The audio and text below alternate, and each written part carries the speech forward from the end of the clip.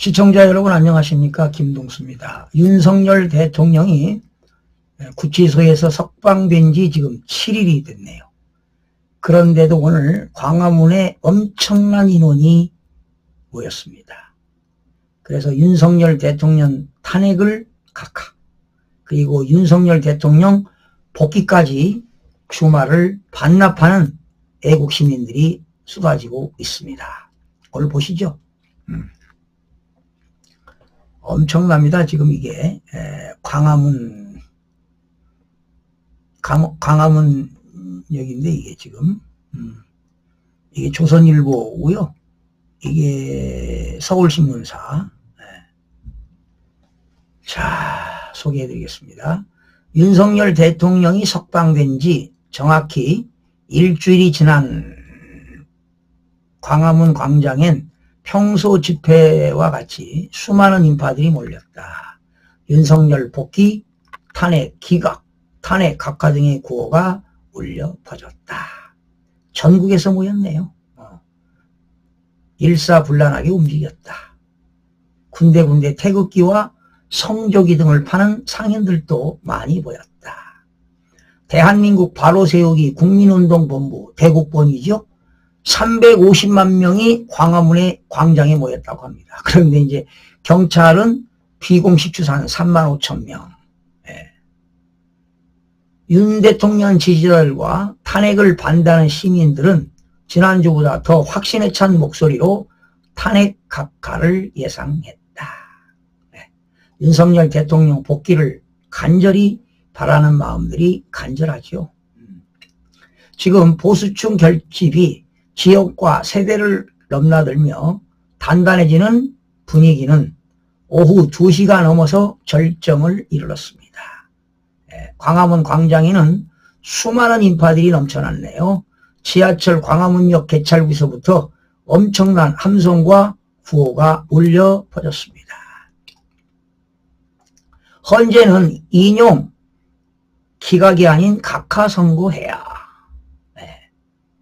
광화문역에서 같이 내린 집회 참가자 40대 이진석 씨는 경기도에 살고 있지만 매주 광화문에 나온답니다. 부산에서, 울산에서, 목포에서 오시는 분들도 굉장히 많다고 들었는데 경기도민이 저에게 광화문은 집 앞 동네라고 했다. 그러면서 가족끼리 나왔는데 오늘은 혼자 나왔다면서 올해 참가하지 못하고 돌아가야 하는데 오늘은 혼자 나왔기 때문에 끝까지 태극기를 흔들 거라고 했다. 부산에서 왔다는 60대 남성, 멀리서 왔네요. 기자의 신분을 확인하고도 의심을 눈초리를 거두지 못했다.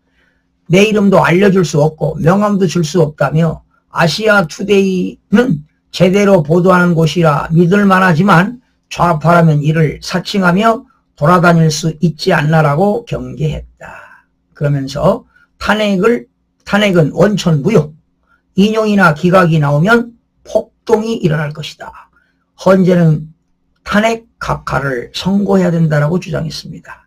전라도에서 왔다는 50대 남성, 부정선거에 대한 확신으로 이 자리에 왔다. 반국가 세력을 척결해야 된다. 목소리를 높였습니다. 대한민국의 간첩들이 활개를 치고 있는 것이라며 부정선거 검증에 반대하는 사람들은 주로 간첩이라고 했다. 또 서울에 매주 친구들과 집회 참석하는 50대 여성입니다.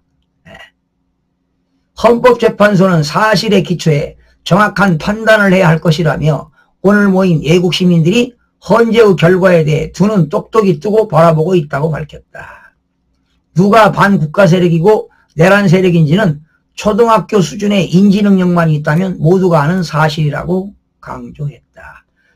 충북 괴산에서 올라온 매주 자녀 2명을 데리고 광화문 집회에 참석하고 있다는 40대. 탄핵은 각하가 아니라 8대0으로 기각으로 나와야 한다고 주장했다. 각하로 나오면 분명히 민주당이 다시 탄핵안을 심사하자며 걸고 넘어질 것이라니까 8대0 기각으로 선고해 주면 깔끔하다고 했다. 아이들이 오히려 매주 서울에 오는 것을 좋아한다며 자녀들에게 진정한 애국과 보수 정신이 무엇인지 말로 하기보단 현장에서 느끼게 될 것이라고 말했다. 청년들도 많이 모이고 있어요. 그렇죠?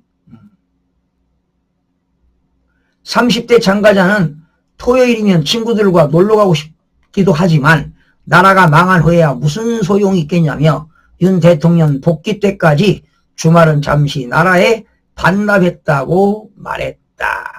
그렇죠. 여러분, 진짜 윤석열 대통령이 하루빨리 복귀해서 대한민국을 정상적으로 국정을 운영하는 그런 날이 오기를 기대해 봅니다. 그렇지 않습니까, 여러분?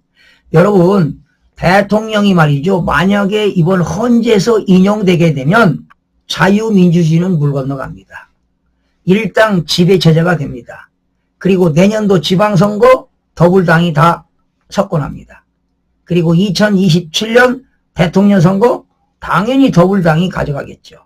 2028년 다시 국회의원 선거하면 200명 이상 훨씬 당선돼 가지고 일당 지배체제로 독재국가가 될 수가 있다는 겁니다. 그래서 자유민주주의를 지키기 위해서는 윤석열 대통령이 기각되어야 된다고 봅니다. 시청자 여러분 고맙습니다.